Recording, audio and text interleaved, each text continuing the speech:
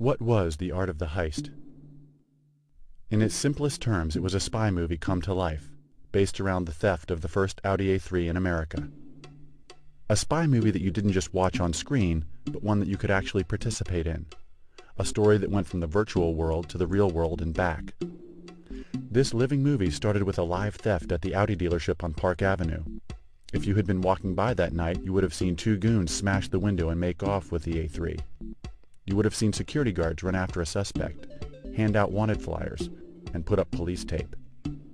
The following day at the New York International Auto Show, instead of seeing America's first A3, you would have seen signs reporting the missing car in place of the car itself. If you had asked the attendants at the show what happened, they would have shrugged, not knowing themselves if this was real or not. Checking auto enthusiast websites, you would have read bloggers from around the world reporting the story of the missing A3. A few weeks later, you might have noticed billboards, newspaper ads, and wild postings appearing, asking for your help in locating the car. While watching TV one night, you might have seen this oddly awkward yet sincere television commercial. Attention! A series of events has led to the disappearance of a red 2006 Audi A3.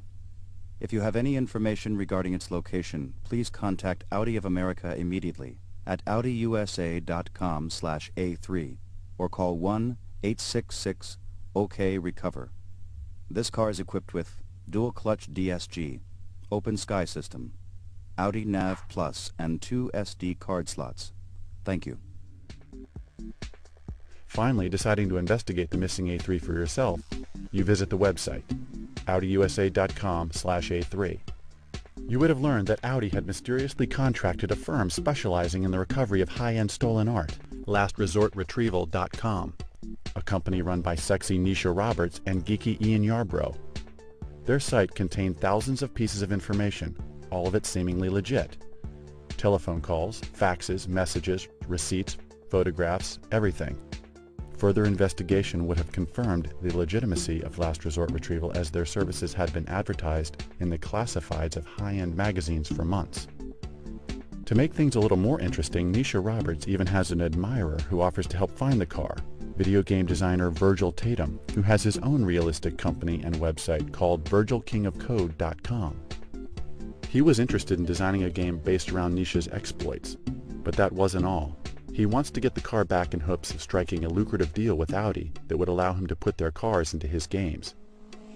If you had been at E3, the largest video game expo in the world, you would have been able to talk to Virgil, ask him questions in person, see him meet real video game designers, and give an interview in character that was aired on the VH1 Top 20 Video Countdown. But no matter where you came into the story, you would have met Todd, a blogger who had been intently following the action from day one.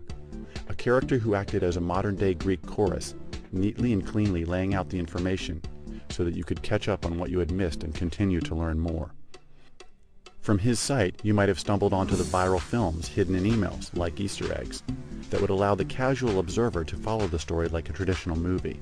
Go.